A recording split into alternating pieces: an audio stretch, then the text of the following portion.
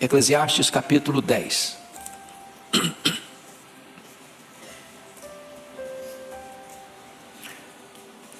Esse texto diz assim: qual a mosca morta faz o unguento do perfumador exalar mau cheiro, assim é para a sabedoria e a honra um pouco de estultícia. O coração do sábio se inclina para o lado direito, mas o do estulto para o da esquerda. Quando o tolo vai pelo caminho, falta-lhe o entendimento, e assim a todos mostra que é estulto. Levantando-se contra ti a indignação do governador, não deixes o teu lugar, porque o ânimo sereno acalma grandes ofensas. Ainda há um mal que vi debaixo do sol, o erro que procede do governador. O tolo posto em grandes alturas, mas os ricos assentados em lugar baixo.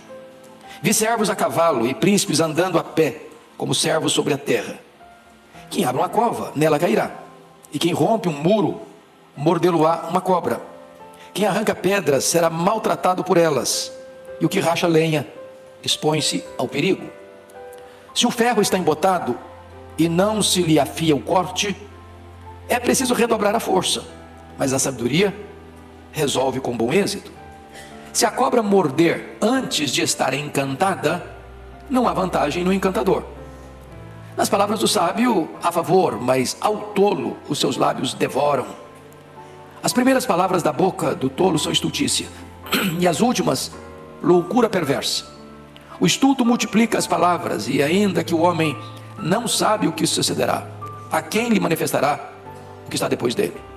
O trabalho do tolo fatiga, pois nem sabe ir à cidade.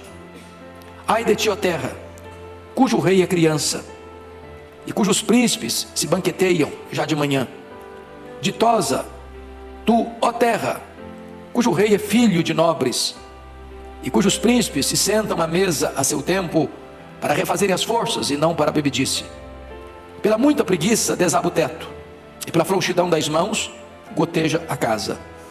O festim faz-se para rir, o vinho alegra a vida, e o dinheiro atende a tudo. Nem no teu pensamento amaldiçoes o rei, nem tampouco no mais interior do teu quarto o rico, porque as aves dos céus poderiam levar a tua voz, e o que tem asas daria notícia das tuas palavras. Bom, eu quero tratar com vocês hoje sobre o seguinte tema: a diferença entre o sábio e o tolo. Qual é a diferença entre o sábio e o tolo? É desse assunto que o capítulo 10 vai tratar. Bom, no capítulo anterior, no capítulo 9, dos versos 13 a 18, Salomão tratou do poder da sabedoria. Ele fala desse poder da sabedoria nos versos 13, 14 e 15, quando ele conta a história de um homem que vai invadir uma cidade com um exército, e dentro da cidade tem um homem sábio, e a sabedoria desse homem é maior do que a força do exército invasor. Depois ele vai mostrar a sabedoria priorizada, quando ele vai dizer no verso 16: melhor é a sabedoria do que a força. Muita força bruta sem sabedoria não vai ter bons resultados. E ele vai mostrar a sabedoria aplicada no verso 18: melhor é a sabedoria do que as armas de guerra. Ou seja, estratégia, planejamento é muito melhor do que muita força sem plano, sem diretriz, sem sabedoria. Ele deixou a sua sabedoria, agora ele entra no capítulo 10 para fazer um contraste com essa sabedoria e mostrar o que é a tolice, o que é a estultícia. Então vamos ver qual é a influência dessa tolice.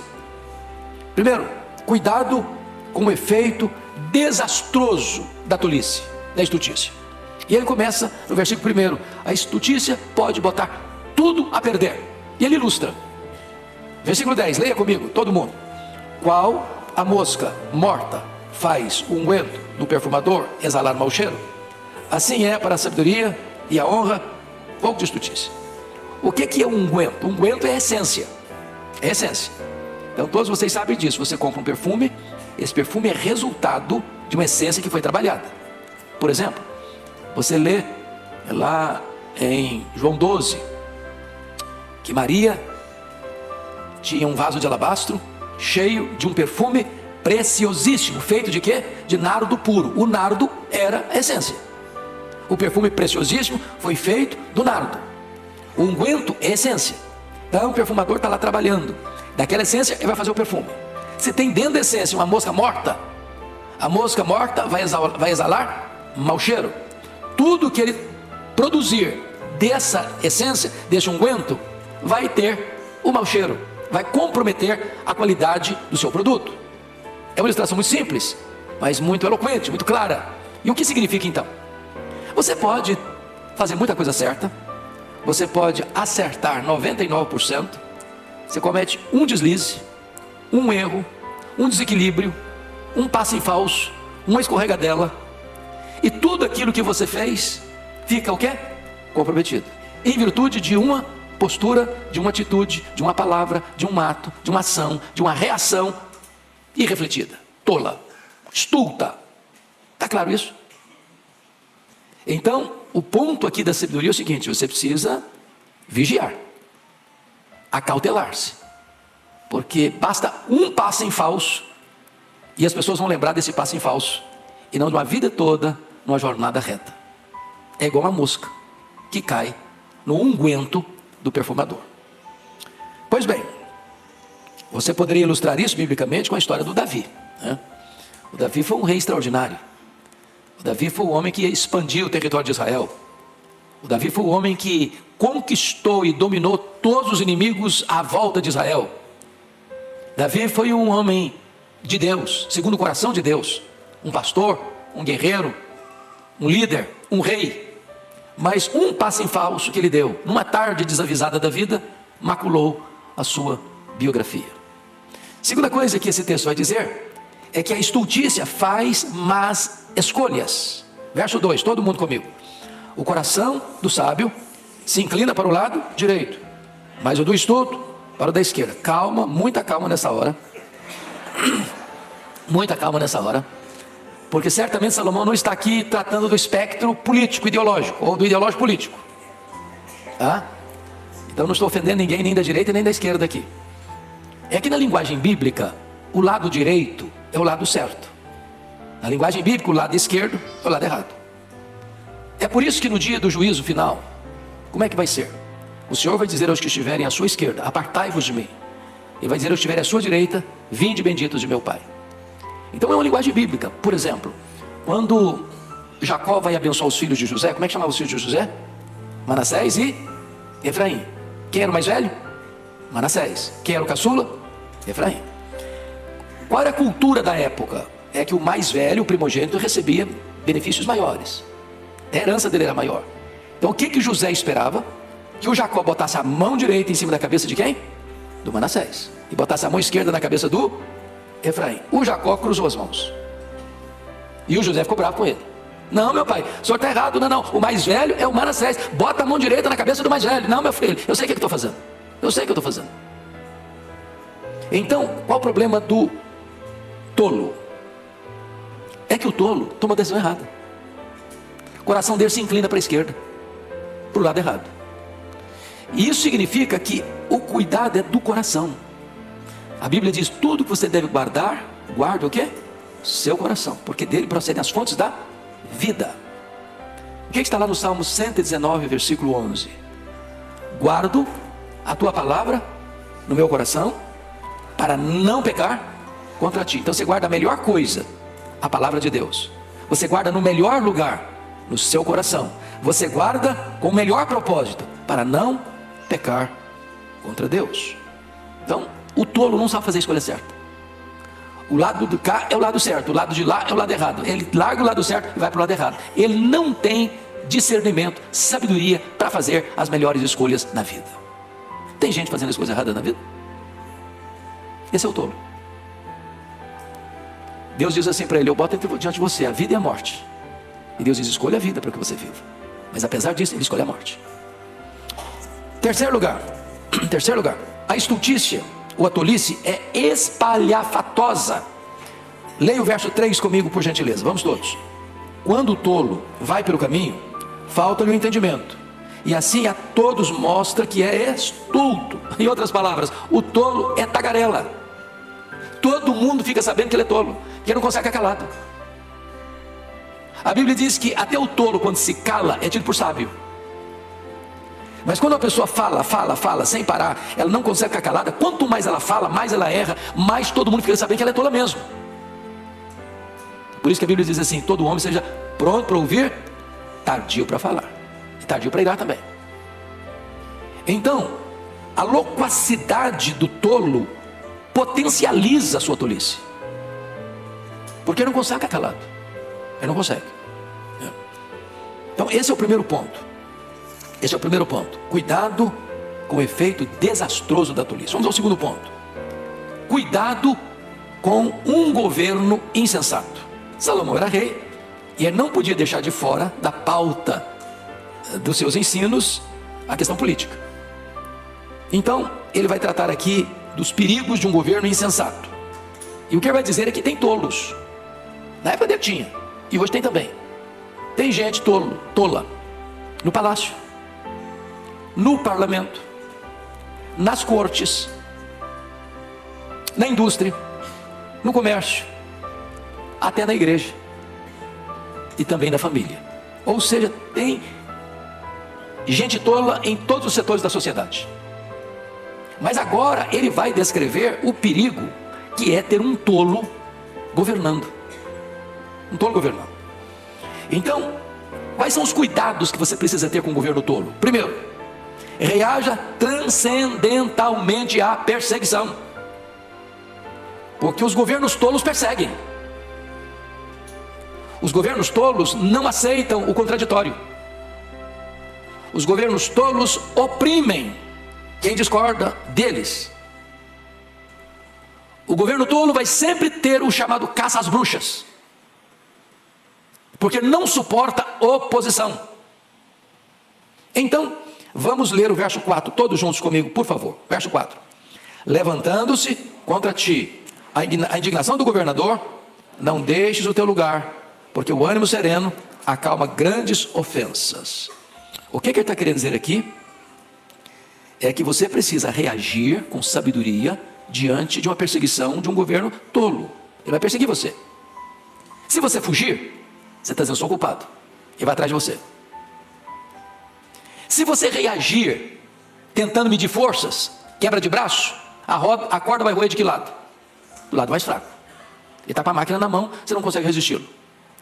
Qual é a postura? Ele diz: a postura é uma reação transcendental, mostrando o quê? Ânimo sereno, dando provas de que você é inocente.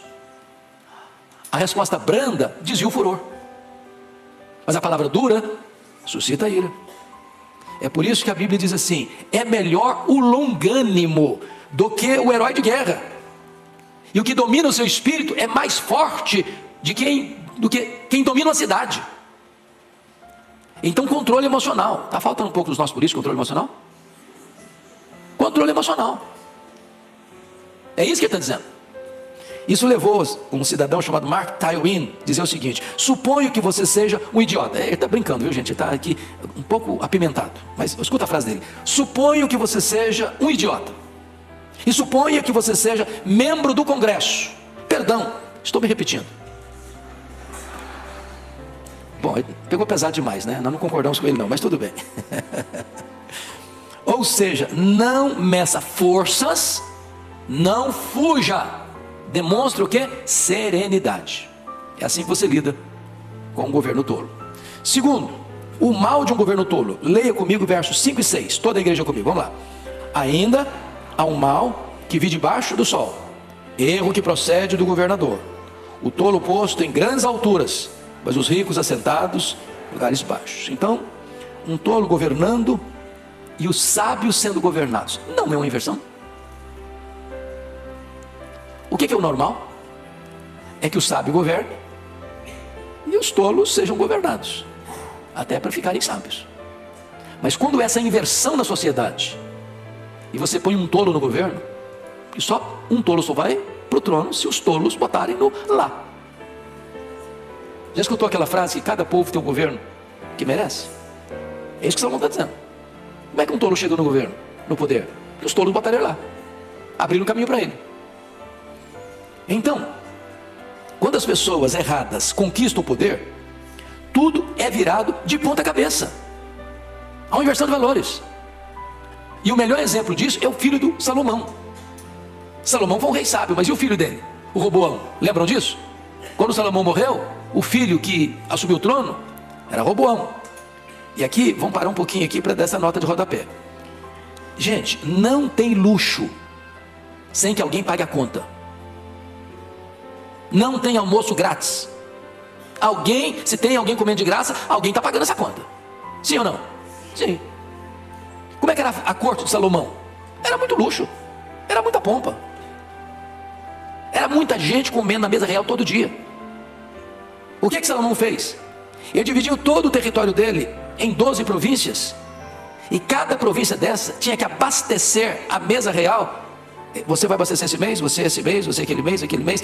Todo mês tinha um grupo da nação trabalhando para sustentar a mesa real. Era muita carne, era muita bebida, era muito isso, era muito aquilo, era muita pompa, era muito luxo, era muita fartura, era muita gastança. Quem está pagando a conta? O povo. O governo precisa arrecadar mais, mais imposto, mais tributo, mais isso, mais aquilo. Quem está pagando a conta? O povo. Tem outra fonte para tirar? Não tem, é do povo, é do bolso do povo. Então, quanto mais o governo quer, mais pobre fica o povo, mais oprimido fica o povo, porque está tirando de uma única fonte, que é do povo. Pronto. Salomão morreu, o povo aproveitou, falou: agora é hora de fazer a reivindicação. Agora nós vamos pedir para mudar as regras, porque desse jeito não dá mais. Aí quando chegaram para o Roboão, falou: Roboão, você alivia aí, meu filho, porque nós não aguentamos mais pagar tanto imposto. O Roboão, insensatamente, não escutou o conselho dos maduros na experiência, dos idosos, e foi atender um conselho mais insensato do que ele estava vivendo já, dos jovens da época. Não, o povo só obedece debaixo do cabresto. Tacão, bota a mão mais pesada ainda em cima desse povo, só assim que eles vão te obedecer. O que aconteceu? O reino dividiu. Tinham 12 tribos, 10 das 12 tribos seguiram a liderança de Jeroboão, e ele ficou só com 2 tribos, Judá e Benjamim. Então, um governante tolo, ele não só oprime o povo, ele divide o povo. Mas mais do que isso, um governo tolo, ele demonstra inversão de valores. Leia o verso 7 comigo, inversão de valores. Verso 7, todo mundo. Vi servos a cavalo e príncipes andando a pé, como servos sobre a terra. Andar a cavalo naquela época, gente, era andar de limusine presidencial. Vocês se lembram quando o rei Assuero, conhecido como Xerxes I, pergunta para Amã: o que se faz a um homem a quem o rei deseja honrar? Lembram disso? Lá no livro de Esther. O Amã, pensando que estava se tratando dele e não de outra pessoa, falou: olha, precisa baldar aí o cavalo que o rei anda, que é o cavalo limusine, e botar os paramentos do rei e andar na cidade com ele, puxando o cavalo. O cara que está montado a cavalo é o cara, é a autoridade, é o honrado. Quando Naamã descobre que o rei não está falando dele, mas do Mordecai, ou Mardoqueu, que ele odiava e queria matar, ele toma um susto. Então andar a cavalo aqui não é simplesmente dar uma voltinha na hípica aqui de São Paulo, ou ir numa fazenda e pegar um cavalo lá e dar uma volta na fazenda. Não, andar a cavalo era o posto máximo da honra para um cidadão. E o que está acontecendo no versículo 7? Servos a cavalo e príncipes andando a pé. O que você chama isso? Inversão de valores. Um governo tolo inverte valores.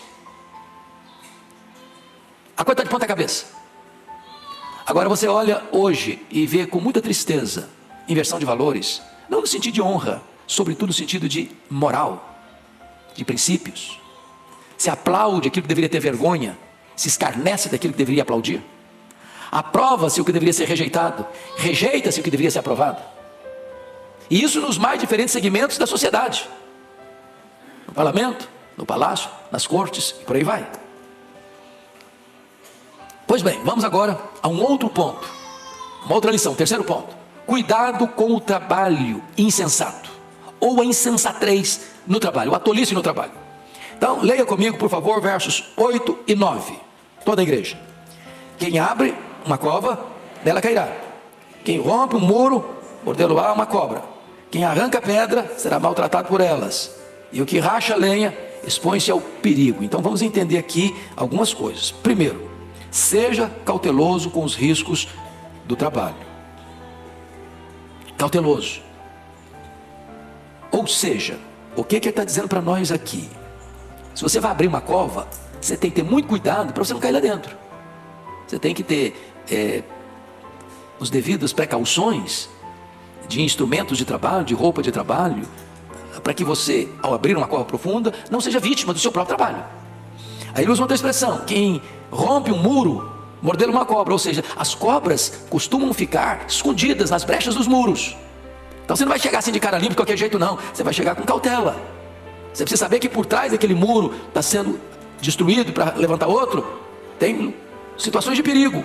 Você seja precavido. Aí ele usa outra expressão: quem arranca pedra será maltratado. Você já foi numa pedreira? Eu sou lá do Espírito Santo, e lá você sabe que hoje é o maior produtor de rochas ornamentais do mundo, granito, muito granito. E aí, se você chega naquelas pedreiras que não fizeram um trabalho profissional lá no começo, você vê tanta pedra, mas é pedra demais, a terra fica completamente destruída, improdutiva, não dá para animal andar, não dá para você andar. Se você está mexendo com pedra, cuidado, que salta uma laça de pedra aí, te machuca, te fere. Então, cautela com o seu trabalho, se ele é perigoso. Ele usa a expressão: que racha lenha, expõe-se ao perigo. Você já rachou lenha na vida? Acho que quem morou na roça aqui? Só eu? Não, tem mais gente. Opa, tem amigos aqui. Você já rachou lenha para fogar uma lenha? Você tem que ter cuidado, que uma lasca daquela pode vir em você. Então, o que ele está dizendo? Você vai fazer seu trabalho? Quais são os riscos do seu trabalho? Quais são as precauções que você precisa ter no seu trabalho? É claro que hoje talvez é outro tipo de risco, mas o princípio é o mesmo. Todo trabalho expõe você a um determinado risco. Seja cauteloso. Proteja-se. Não apenas você vai proteger o outro, proteja você mesmo. Esse é um conselho simples, mas de sabedoria.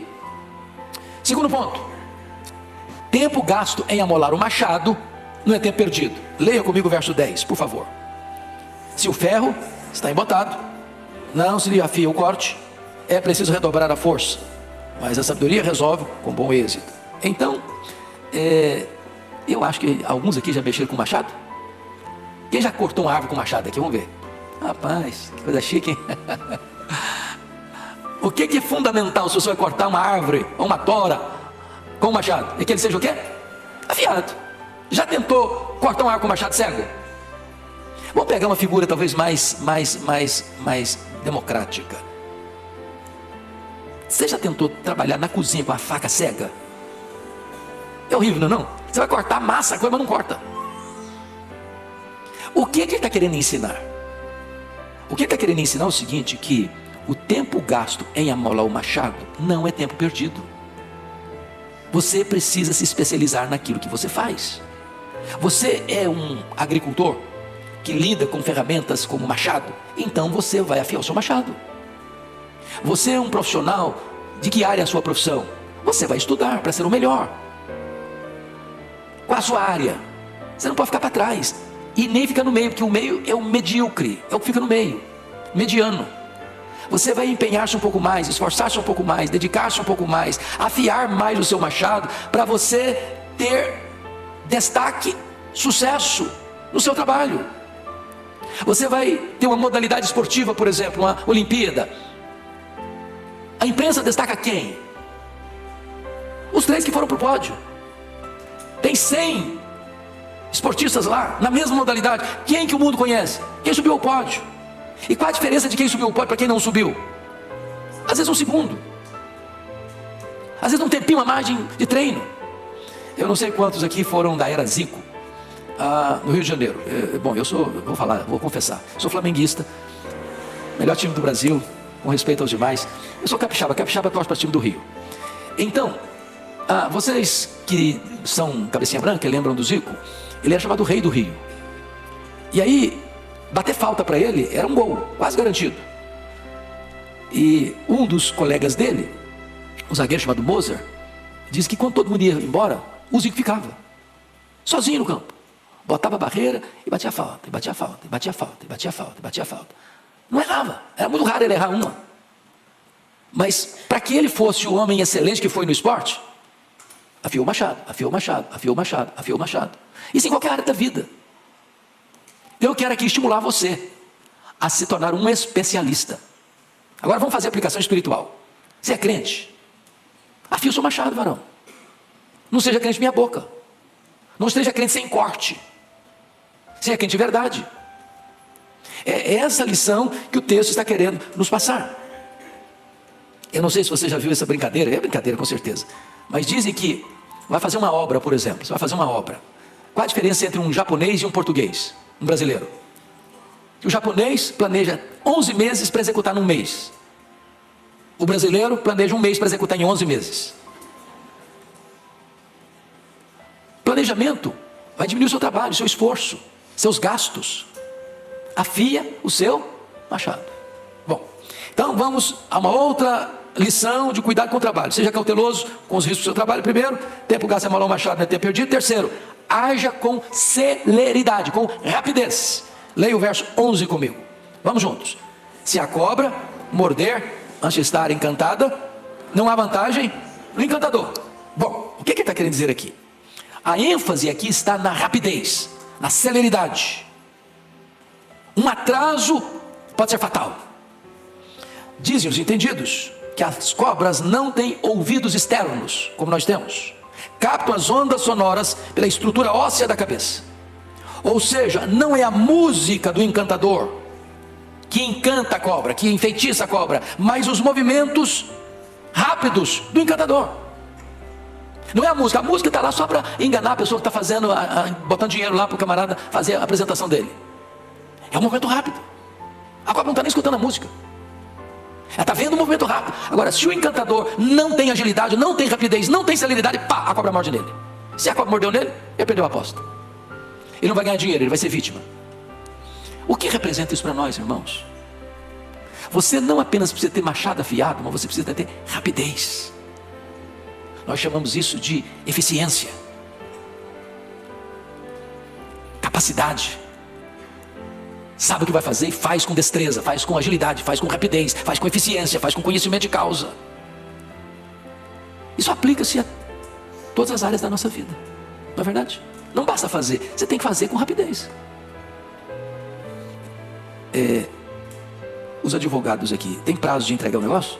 Tem prazo? Como é que chama isso? Vocês são advogados? Me fala aí. Se você não entrega no prazo, prescreve. Perdeu. Não adiantou você fazer bem feito. Você tem que fazer bem feito no tempo certo, na hora certa. Se atrasar, vai tudo por água abaixo, compromete tudo. Vocês estão entendendo o que eu estou falando? Perguntei ao Orival. Então pensa na sua área lá. Qual a sua área profissional? Você fala não, sua área. Você é rápido, você é ágil, você faz a coisa certa, da maneira certa, no tempo certo. Ou você vai empurrando com a barriga, no tempo que der. Ou se rende à preguiça. Você vai cochilar um pouco, quem sabe amanhã dá prazo, quem sabe amanhã eu faço, outro dia eu faço. Tem uma ave lá no meu estado, chamada bacurau. E o bacurau é uma ave noturna, uma ave marrom. E sabe o que o bacurau canta e só canta isso? Amanhã eu vou, amanhã eu vou, amanhã eu vou. E não veio até hoje, e não vai vir nunca. Só promessa. Não tem rapidez, não tem agilidade. Então faça a coisa certa, machado afiado, mas faça no tempo certo, senão a cobra te pega. Senão a cobra te pega, se você não fizer na hora certa. Bom, dito isto, vamos agora para um outro aspecto do texto, né? Quarta lição do texto: cuidado com a língua insensata. Então, o perigo das palavras destruidoras. Versículo 12, toda a igreja comigo. Nas palavras do sábio há favor, mas ao tolo seus lábios devoram. Quando o tolo fala, não tem favor, não tem edificação, não tem bênção, não tem instrução, não tem ajuda. Mas quando o tolo abre a boca, ele devasta tudo. Lá em Tiago, capítulo 3, diz que essa palavra do tolo é comparada com um fogo destruidor. É comparada como um incêndio. É comparado como um veneno de uma víbora. Aliás, dizem que o animal mais perigoso do mundo, o mais venenoso do mundo, é aquele animal que se esconde atrás da toca dos dentes. Indomável, venenoso, mortífero, a língua do tolo.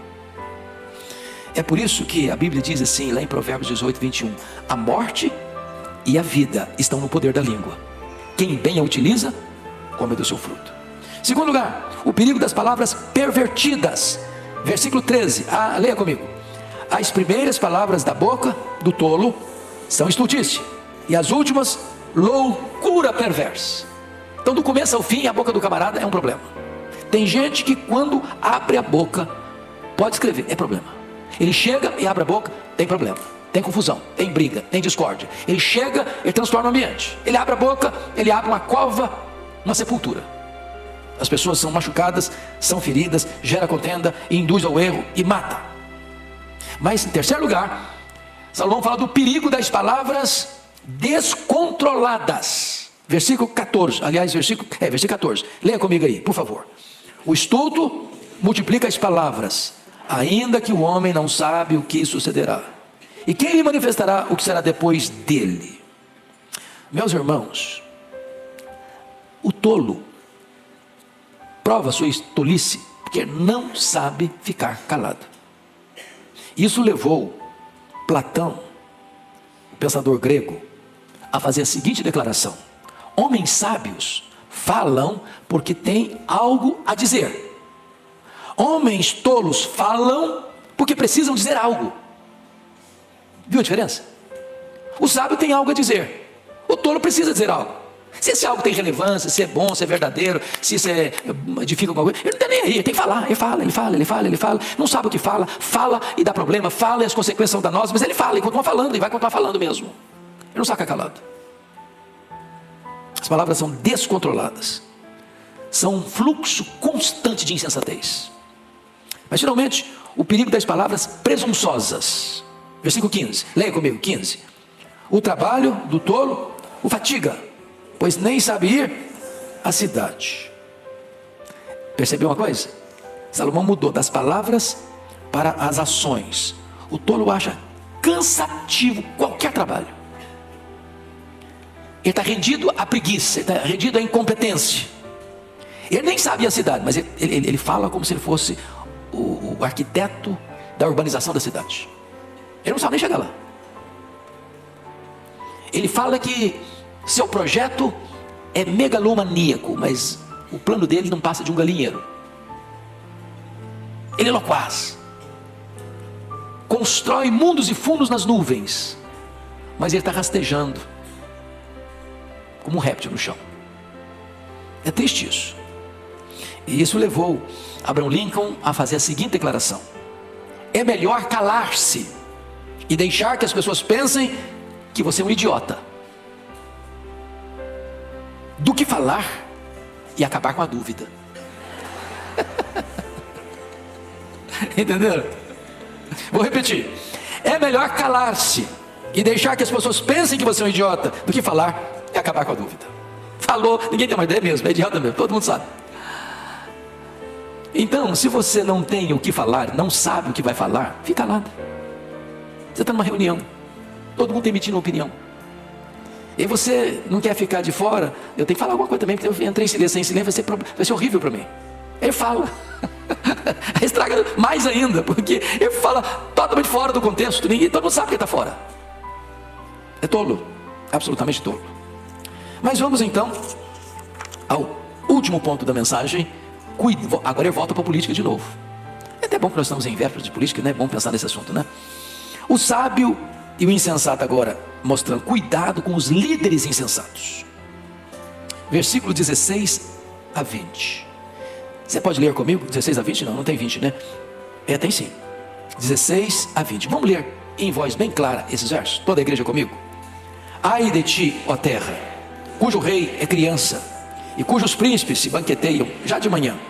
Ditosa a tua terra, cujo rei é filho de nobres, cujos príncipes se sentam à mesa a seu tempo, para refazerem as forças, e não para bebedice. Pela muita preguiça desaba o teto, e pela frouxidão das mãos goteja a casa. O festim faz-se para rir, o vinho alegra a vida, e o dinheiro atende a tudo. Nem no teu pensamento amaldiçoes o rei, e tampouco no mais interior do teu quarto o rico, porque as aves dos céus poderiam levar a tua voz, e o que tem asas daria notícia, as tuas palavras. Então a grande pergunta aqui: quem é o teu rei? Quem é o seu rei? Quem é o seu rei? Sábio ou insensato? E aí você vai perceber que a diferença está na índole, nas práticas. Primeiro, reis com índoles diferentes. Ele fala aqui de um rei criança. Ai de ti, ó terra, cujo rei é criança. E quando ele está falando que o rei é criança, está dizendo que o rei tem faixa etária infantil. Não está falando que ele é uma criança no sentido de idade cronológica. Ele está chamando o rei criança, o rei imaturo. Ele é adulto, às vezes até velho, mas é o quê? Imaturo. E qual é a evidência que um rei é imaturo? Que um líder político é imaturo? Que alguém que foi colocado no poder é imaturo? É quando ele entra lá para curtir a vida, as benesses do poder. Ele se hospeda num hotel 6 estrelas. Quem está pagando a conta dele? Quem ganha salário mínimo. Ele não se incomoda com isso. Ele faz viagens internacionais e leva uma grande comitiva. Para quê? Para oferir as benesses do poder. Quem está pagando a conta? O povo. Ele levanta de manhã, ele não está pensando em construir e fazer o bem para o povo. Está pensando, como é que eu posso usufruir mais? Como eu posso desfrutar mais? Como a minha equipe pode oferir mais vantagens? Ele está dizendo isso. Ele levanta de manhã para beber.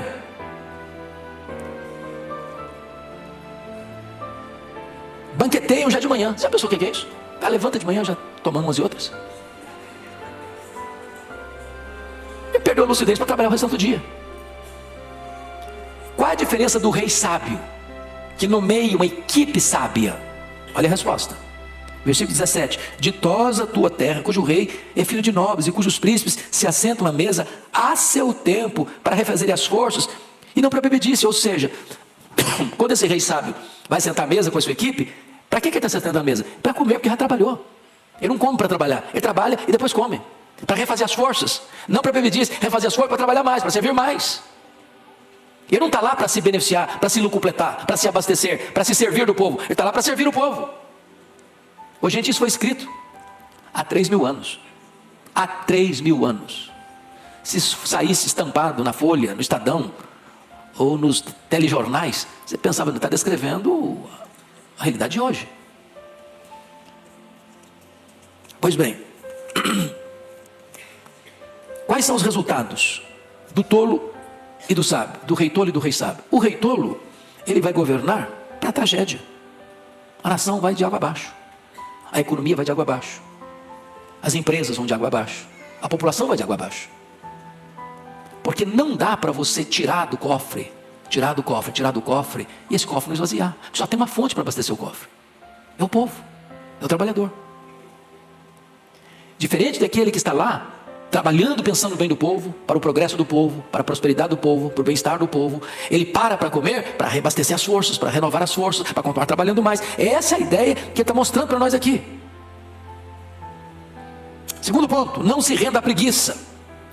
Versos 18 e 19 diz: pela muita preguiça desaba o teto, e pela frouxidão das mãos goteja a casa. Do que ele está falando? Ele está usando um exemplo que qualquer pessoa sabe, né? Hoje em São Paulo, a maioria mora em apartamento, mas pensa numa cidade ou um lugar que é casa. Então, o que é uma goteira? Uma goteira, chove, pinga, está lá.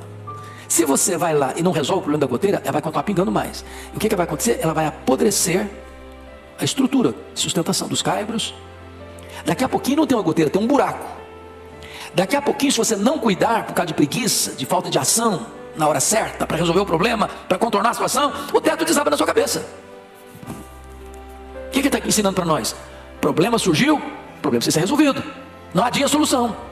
Não bota debaixo do tapete, não empurra com a barriga. Seja ágil na solução do problema, na correção do problema. A ilustração dele é simplérrima. Qualquer pessoa sabe o que é goteiro numa casa. E qualquer pessoa sabe que se um problema surgiu e você não resolvê-lo, você não enfrentá-lo, você não tomar medidas práticas, rápidas para solucionar, o problema só vai crescer, só vai crescer, só vai crescer, até acontecer uma tragédia. Bom, nós poderíamos exemplificar isso, por exemplo, nos rompimentos de barragens. Vocês sabem disso. Alertas foram feitas. Alertas foram feitos. Cuidado, é problema, é perigo, precisa cuidar, não pode deixar de requentar. Até acontecer uma tragédia. Às vezes, numa barragem, uma pequena fenda. Mas só está passando um pouquinho d'água. Daqui a pouquinho rompe a barragem, pronto. Aí inunda todo mundo. Então, solução não se espera. Se enfrenta a solução, para buscar a solução imediatamente. Isso é conselho de Salomão. O segundo conselho aí, versículo 19: o festim faz-se para rir, o vinho alegra a vida e o dinheiro atende a tudo. O que está acontecendo aqui? É aquela pessoa que acha que a vida é festa, pessoa que acha que o vinho é para ser experimentado a toda hora, porque alegra a vida, e que tendo dinheiro, está tudo resolvido, pronto. Será que está mesmo? Então vou dar um exemplo bíblico. Daniel capítulo 5. O rei é Belsazar. O império que ele domina é o maior do mundo, a Babilônia. E ele está numa festa. E ele tem convidados ilustres do império.